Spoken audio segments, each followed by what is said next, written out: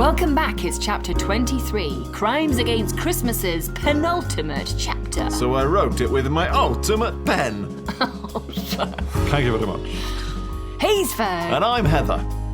We're new old friends, and without further ado... No more ado. Let's crack on with the beginning of the end.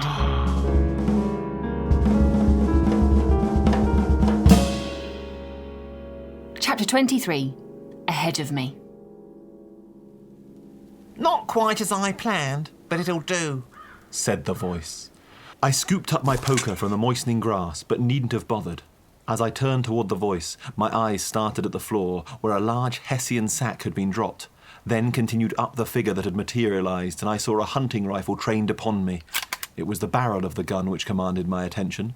A circle of deepest darkness in the gloom, the sort of darkness I knew could briefly illuminate with a flash and then send me into that eternal blackness of death.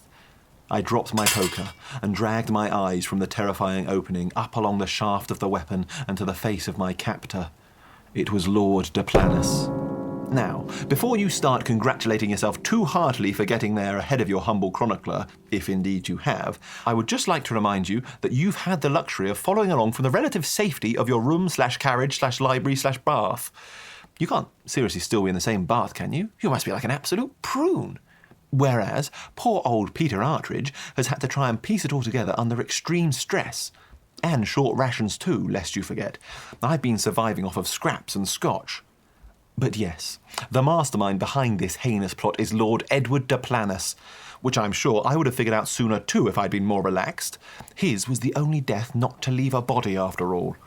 He was stood perfectly erect, his head and shoulders back, and the rifle held comfortably at his waist, levelled in my direction. This was the figure of the man I'd only seen in glimpses during my stay, not the bumbling, shuffling imbecile he'd presented most often. Hello, Lord de Planus. We've been expecting you.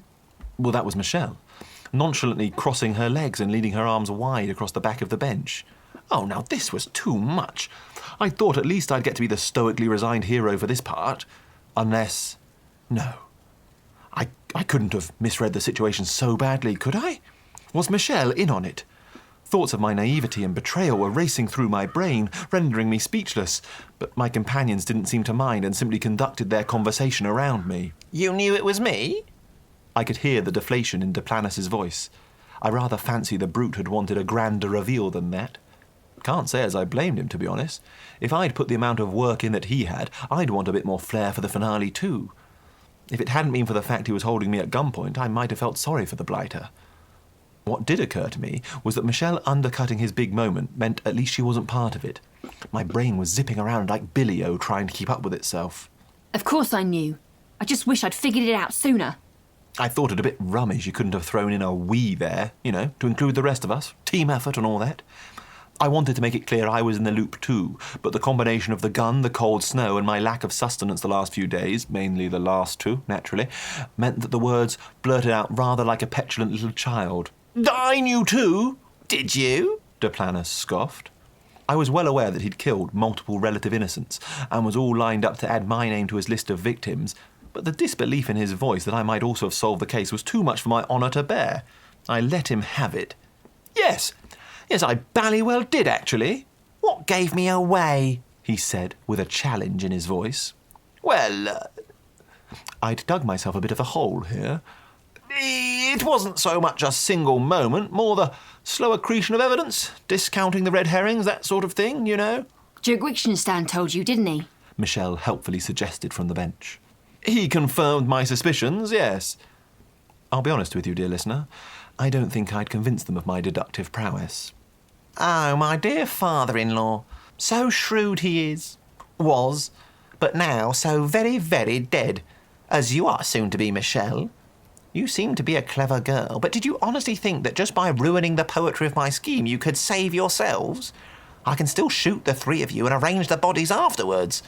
To be honest, the whole thing was really just something to amuse myself and give the place a bit of notoriety. 12 gruesome unsolved murders will drive away any interest and make it easier to buy the land from the estate's executors. This last sentence jerked Michelle to her feet, questioning the final part of de Planus' speech, which she evidently hadn't put together. I was way ahead of her on this one. You'll have to take my word for it, though, as I didn't say anything at the time, preferring to let it play out naturally. Your plan is to buy back your own estate? Her question drew a chuckle from behind the gun, which grew into such uncontrollable laughter he doubled over in a coughing fit. I briefly considered rushing at him in his incapacitation, but thought better of it as the rifle's pitch-black eye was still staring squarely at me. When he'd recovered himself slightly, he said, So, you've not quite figured it all out then, have you? Just how much do you know, young lady? Apparently, I was no longer part of this conversation. My pride was hurt, but I thought it might just work to my advantage. Clever old Artridge, lulling the predator into a false sense of security and then seizing the moment to turn defence into attack. Sadly, I was so pleased with my courageous notion I must have briefly lost eyebrow control, and Duplanus spotted their subtle rays. Mr. Artridge, you stay right where you are. I'm just talking with Michelle here. Although actually, I might just take one precaution first. He swung the rifle and fired a shot. I felt the air pressure change around my face as the bullet whistled past my ear. He'd missed. Oh, thank God he'd missed. Terry! Don't move a muscle or you're next! I looked over my shoulder. He'd not missed. His shot had struck Turtle, felling him instantly. Oh, Michelle, I'm so sorry. I made to move to the young thing to comfort her, but Duplanus cleared his throat and said no. You too, Artridge. Stay right where you are. Michelle's face was turned away from us, looking down over the back of the bench. When she turned back, her tears had left track marks in her makeup, but her teeth were bared, lips curled back in a snarl. Do what he says, Mr. Artridge. But, I began, but she cut me off. I knew he would kill Terry. He had to. Terry knew too. He was willing to sacrifice himself for me. That's why we're here, Lord Duplanus, to give ourselves up in the hope you might spare me, maybe Artridge too. What are you doing, Michelle? You can't reason with a man like this. There is twisted logic in his plan, Mr. Artridge, and my murder doesn't fit that logic. I'm hoping if I can show him I've understood what he's trying to do, what he's been through, he will know he can trust me and he'll let us go. Sworn to secrecy. We'll tell whatever lies you need us to tell. What do you say, your lordship? Duplanus rubbed a melted flake from his nose, scratched his chin and pursed his lips. I could see he was loving the power he had in this moment, but there was perhaps just a glimmer of doubt in his eyes.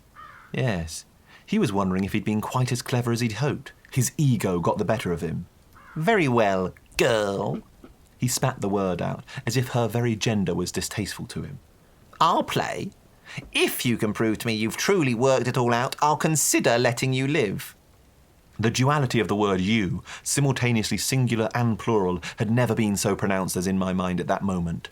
Was Michelle now laying out the case for her survival or both of ours? I didn't have any way of knowing, and my instincts told me it was a moot point anyway. Duplanus had recovered his composure, and I was certain he planned to kill us both after he'd assuaged his curiosity. Michelle began her explanation regardless. OK. From what I've pieced together, I think you're some kind of common con man. You seduced the Duke of Richenstein's daughter, not difficult, and convinced her father to marry her off to you. The presence of a husband would provide at least a little bit of cover for her indiscretions. You just needed to persuade Richenstein you had the name as noble as your offer. The arcane title! I exclaimed. Duke Richenstein mentioned it to me when I first met him. Very sharp, Mr. Artridge. But do be careful not to cut yourself.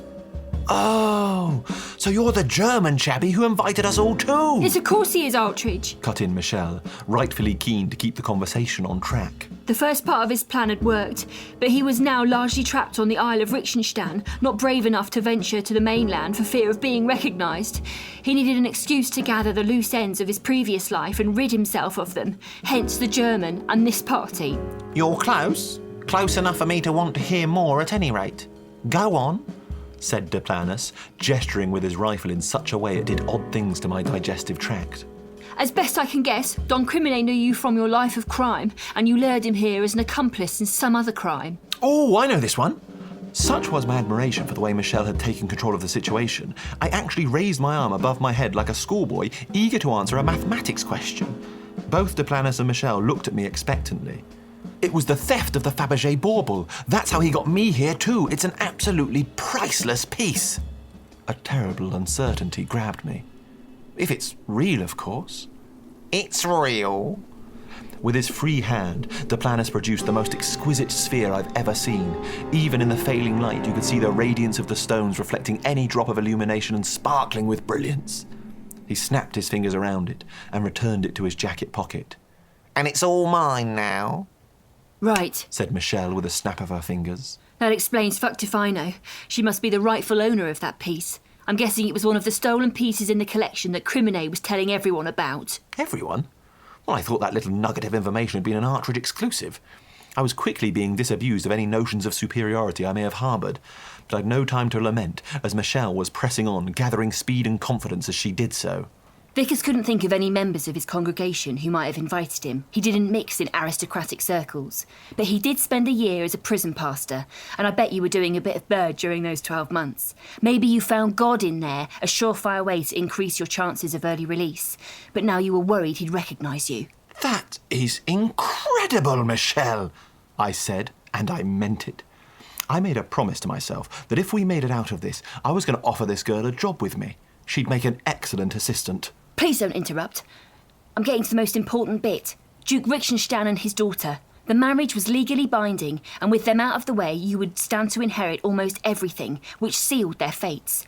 I say almost everything because even though the old Duke was a cantankerous old git, I reckon he was bound by some old-school chivalry and probably left a retainer in his will for the staff. Your greed couldn't cope with that, so you added them to your list. If you were going to all this trouble, you wanted to inherit all of it. No other claimants. She paused, sniffed and blinked her lashes. I can't claim to have understood why the fate of the household staff had moved her so, but then she went on and all became clear. Which is what takes us to my Terry, the sweetest boy I ever met. He grew up not knowing who his people were. Then out of the blue, he gets invited here to this island, and things started going off in my brain. It started with Brenda on the boat, calling Turtle Marquess. We thought she said Marcus, to be honest. She wasn't exactly chatty. But when we arrived, we saw these statues, and you could see the family resemblance. The poor girl stifled another wave of emotion. Meanwhile, my train of thought was careening down the tracks at 100 miles an hour. I was a-piffing. Young Turtle had told me he grew up in Holmes, and the likeness of the statuary was remarkable. Just before Michelle carried on speaking, and I can't stress enough how it was just before she carried on speaking, now I think about it, it was probably a few hours or days earlier, really, I realised Turtle must be the Duke's son. Terry is a Richenstein. My guess is the old Duke went a bit off the rails when his wife passed and knocked up some poor working girl in town and then paid her to give him up. Either way, if it could have been proved that Terry was the Duke's son, and I reckon it probably could have been, he would have inherited the lot. But you killed him. You didn't need to do that. We would have let you keep it. But Terry said there was no way you'd let it rest. So he told me I had to let you shoot him. Her astonishing explanation over with, Michelle couldn't contain her grief any longer, and she sank down onto the bench, burying her face in her hands, her whole body shaking with sobs. You could see her breath in the cold air, great puffs with each sob rising into the night like smoke signals. I looked toward Duplanus. Had Michelle saved our bacon, or were we still very much on the menu? The fiend with the firearm seemed not to know himself and was taking an age to decide. Didn't the brute know this was the denouement? The last thing we want now is a bloody pause in proceedings. Oh, is that the time? I'm going to have to pause proceedings. Hope you're still comfy down the tap end.